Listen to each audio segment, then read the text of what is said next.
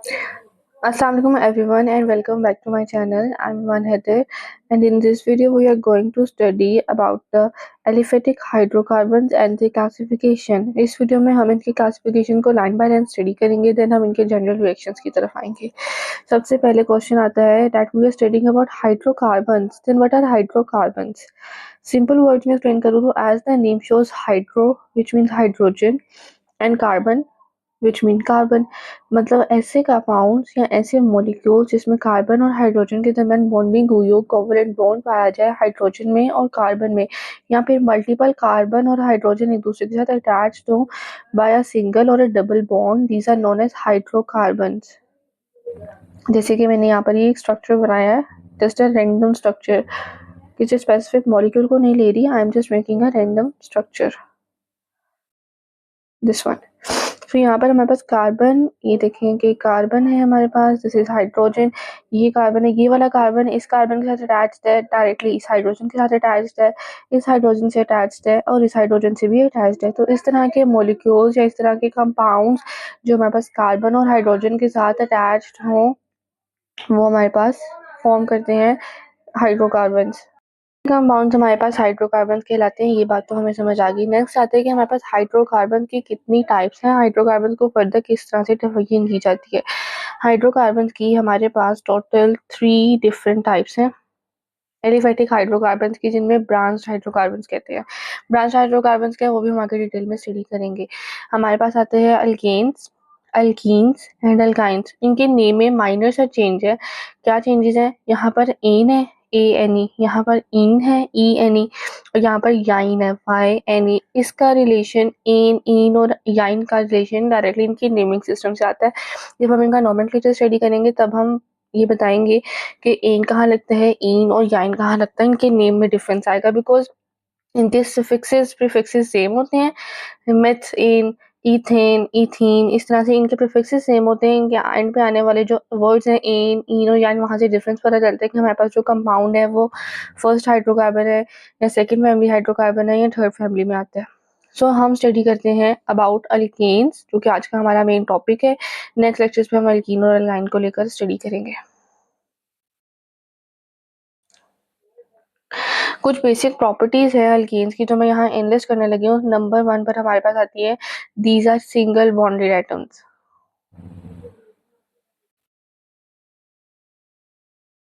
यहाँ पर हमारे पास सिर्फ और सिर्फ सिंगल बॉन्ड होगा। हम लास्ट 9th-10th क्लासेस में ये तो पढ़कर आए हैं कि हमारे पास बॉन्ड जो है वो 3 तरह का होता है। सिंगल बॉन्ड होता है एक होता है डबल बॉन्ड और एक होता है ट्रिपल बॉन्ड। ये कोवलेंट बॉन्ड की टाइप से तीनों। ये हमारे पास या तो ट्रिपल बॉन्ड होगा या डबल सिंगल बॉन्ड होगा या फिर डबल बॉन्ड होगा। तो उसमें से जो सिंगल बॉन्ड की एग्जिस्टेंस है वो पाई जाती है अल्केन्स में।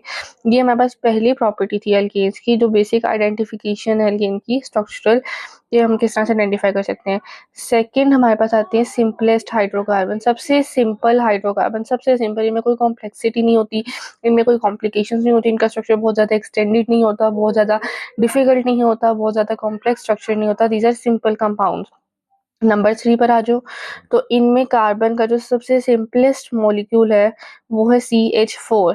सबसे सिंपलेस्ट, ये सबसे पहला मॉलिक्यूल है इस ग्रुप का और इसी को सबसे सिंपलेस्ट कहा जाता है। मैं कुछ छोटा करके इधर लिखकर इसका स्ट्रक्चर ड्रॉ करके आपको एक्सप्लेन कर देती हूँ।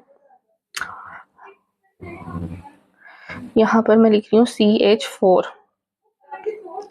ये सिंपल है। अब यहाँ पर C है, सेंटर में C आ जाएगा। इसके राउंड में अपवर्ड, डाउनवर्ड, लेफ्ट और राइट चारों डायरेक्शंस में हम हाइड्रोजन को अटैच कर देंगे। So this is the structure of methane, इसको कहते हैं मीथेन। और ये सबसे सिंपलेस्ट हाइड्रोकार्बन भी है, सबसे सिंपलेस्ट अल्केन भी है और इसमें सिंगल बॉन्ड की एग्जिस्टेंस भी है। ये अल्केन की सबसे बेस्ट एग्जांपल है। अगर मैं ड्रॉ करूँ इसके सेकेंड मॉलिक्यूल का स्ट्रक्चर, दैट इज C2H6। इनके फॉर्मूलाज कैसे निकालते हैं वो भी मैं तरीका बताती हूँ। तो वहां पर हमारे पास स्ट्रक्चर बनेगा C एंड C, इनके दरम्यान में बॉन्ड बना दो और इनके राउंड में बाकी हाइड्रोजन ऐड कर दो। अच्छा, ऊपर भी देखो तो कार्बन ने टोटल 4 बॉन्ड बनाए, 1 2 3 और 4, 4 बॉन्ड यहाँ पर बने इसके। और यहाँ पर भी अगर कैलकुलेट करूँ तो इधर तो हाइड्रोजन आएगा ना हर जगह ऊपर। हर अल्केन का स्ट्रक्चर इसी तरह से बनना है। ये अब इसके भी total 4 bonds, 1 2 3 and this one 4, इसी तरह 1 2 3, और ये वाला बॉन्ड तो कॉम्प्लीमेंट्री है ना इसके साथ भी और इसके साथ भी, तो ये इसका भी कैलकुलेट होगा। तो ये टोटल ऑफ 4 बॉन्ड्स। कार्बन की मैक्सिमम क्वांटिटी बॉन्ड मेकिंग की 4 होती है, कार्बन 4 से ज्यादा बॉन्ड्स नहीं बनाता। तो उस लिहाज से आपने देख लेना 4 बॉन्ड्स बनाकर उतने हाइड्रोजन अटैच कर देने। अब बात आती है कि हमें कैसे पता चलेगा कि C2 के साथ H इतने हैं, C1 है तो उसके साथ H4 आना है, C3 है तो उसके साथ H12 आना है। इस तरह से हमें कैसे पता चलेगा? तो इसका एक सिंपल सा फॉर्मूला है, दैट इज CnH2n+2। यहाँ पर n is the number of carbon atoms. अगर आपने कार्बन लिया है 4 वाला, मतलब कार्बन का नंबर है 4, तो हाइड्रोजन की वैल्यू होगी 2 मल्टीप्लाइड बाय 4 प्लस 2।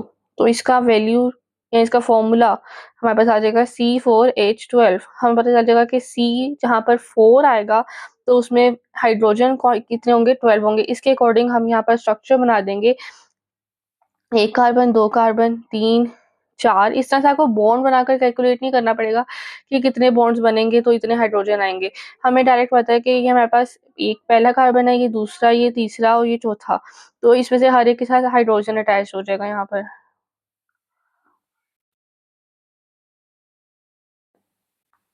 और वो टोटल हाइड्रोजन की क्वांटिटी आपको पता है कि कितनी है, 12। ये आपके पास यूजली यूज होता है एमसीक्यूज में कैलकुलेट करने के लिए, क्योंकि वो आपको कह देते हैं कि ब्यूटेन के स्ट्रक्चर में कितने हाइड्रोजन एटम्स हैं। तो इस तरह से आपके लिए कैलकुलेट करना आसान हो जाएगा। This is all about today's lecture. इसमें हमने स्टडी किया है अल्कीन्स के बारे में। नेक्स्ट लेक्चर में हम स्टडी करेंगे about alkenes. So stay connected. इंशाल्लाह मिलते हैं नेक्स्ट वीडियो में।